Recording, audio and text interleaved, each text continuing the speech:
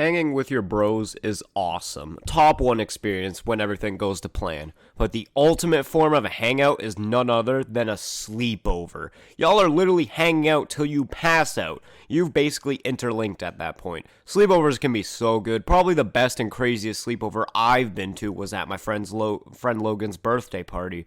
We were riled up the whole time, and especially after we went to the parkour place. 2 people vomited, a fight broke out. In fact, multiple fights broke out. One guy left at 3 a.m. because he swore there was a ghost in the boiler room. Dude, it's too much to summarize. Another one of my best ones was my friend Sebastian, where we had a fun sleepover, but it didn't end in the morning. No, we drove out to my grandparents' house, and my grandparents lived next to a beach. Bro, we fucking swam forever. And on top of that, the waves were perfectly crazy. I love crazy waves. I love getting pummeled to death by a fucking tidal wave. And that's what happened to us for like 3 hours. But there's a harsh truth that comes to sleepovers. Alongside being amazing when they're going to plan, they can be a nightmare when they're not. Oh my fucking god! If you've ever been through a bad sleepover, you know what I'm talking about. Bad sleepovers are bottom 5 experiences. One of the main reasons for this is because it's hard to walk away from a sleepover, especially if it's at your house, and the person with you is not going home. Nah, y'all are sleeping together. Some bad sleepovers aren't a factor of the people, in fact. Only one of the 4 bad sleepovers I've had were because of someone being an asshole. The other 3 were because of external factors. Let's go in chronological order, because then the 4th one is still last place. So, for our first sleepover, it was with my friend Sebastian. Now, something you gotta understand is that me and Sebastian always have the best sleepovers. First time I slept over with friends was at his birthday party. But even the most recent sleepover with him was relatively fun, even though we dozed off early. So, this one is such a stain on our legacy. Another thing, we met via the same babysitter, and we might have been waking up the following day to go to said babysitters, but I don't know if this was that day. Nonetheless, let's get into it. It was at his house, and we had McDonald's when I got in the door. Then his family announced that all of us were going to watch a movie. This is where it went downhill. This is the movie we watched, Tad the Lost Explorer and The Secret of King Midas. This movie is so boring. I hated this. I swear this was like 3 hours long. And we paused it for like 30 minutes at one point for some reason. I forget why. I couldn't tell you what happened because I forgot. So the movie finally ends. And for whatever reason, we had to go to bed right then and there. What the fuck, man? It's a sleepover. Ugh, this was so dumb. This was my first bad sleepover, and I remember going home just thinking, what? Our next bad sleepover would actually be pretty fun in the beginning. It was with Zach and Ezra, and it was for Zach's birthday. So, here's literally the entire gist of this one. Everyone shows up in horse plays, then we go to a trampoline park, which was really fucking fun. Then we go home, eat, and then watch YouTube for hours until we fall asleep. Everything up until when we ate was pretty good. And then we watched YouTube. I should have spoke up when I had the chance because this would end up pissing me off later on. But we weren't watching YouTube in a fun way. We were just watching. We didn't even talk to each other. Up until 1 in the morning. It was fucking 9 p.m. when we got back. That's 4 hours straight. It wasn't even funny videos or scary videos either. It was memulous. God, this guy fell off. Yeah, that was all that happened at that sleepover. Next sleepover was pretty close to the 4th and worst sleepover ever.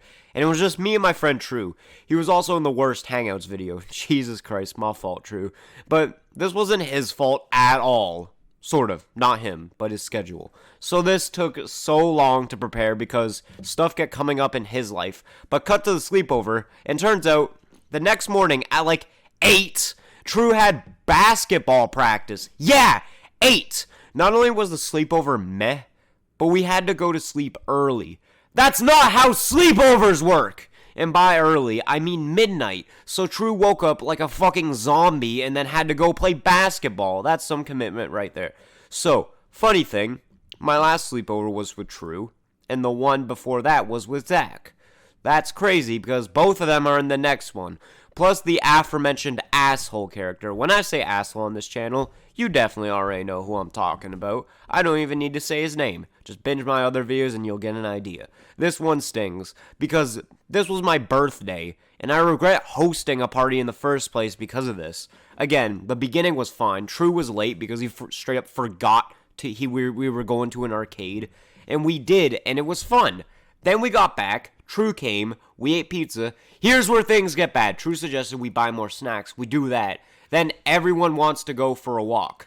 My parents aren't strict, but they're weirdly strict on very specific things. And one of those things used to be time. We had to be back at like 8 o'clock, and we left at 7:30. And they all decided to take some huge long route, and I kept saying, guys, come on, my parents don't play around with this stuff, and they were just fucking laughing at me and ignoring me, and eventually, I fucking lost my shit. I absolutely lost my shit in public. We were like 30 minutes away from my house, and they still weren't buying it. It was about to be 8 o'clock. I was screaming, dude. I was just fucking cussing them out for not listening, because now we're in shit from my parents. Hey, special shout out to True, genuinely. He stopped bandwagoning and actually tried to stick around for me. Meanwhile, fucking Zach and Nemesis turn around just to try to piss me off, and I thought the sleepover was finna be over when they did this. Because now we gotta wait longer. I called my parents and let them know, and they weren't too happy, but they let it slide. So I try to get everyone back together. That's when Nemesis decides to start tagging shit with his shitty graffiti pen. He had his shitty graffiti phase where sometimes he'd literally hang out with people just to go around tagging stuff. It wasn't even that good. Of course, him and True are taking an eternity, and me and Zach just keep walking. We get back to my house without them, and that's when my parents do get mad. And so I tell Nemesis and True to get the fuck back to my house. Then we were in the basement for the rest of the night. This part was much better, except they trashed my basement. Nemesis would not stop saying the stupidest shit you'd ever hear. We were watching Terrifier 2, and you know that part where he rips the girl's arm in half? This guy just straight up blurts out, that's actually not that hard to do, you know. Please, shut up, dude. Then, because he's self-proclaimed insomniac, he tried to get us to pull an all-nighter, when at one point we all just wanted to go the fuck to sleep. It was 5 a.m. Fuck you and your no, dude, stay up. But one of my biggest gripes with this is that I slept relatively close to the edge of my couch's pull-out bed.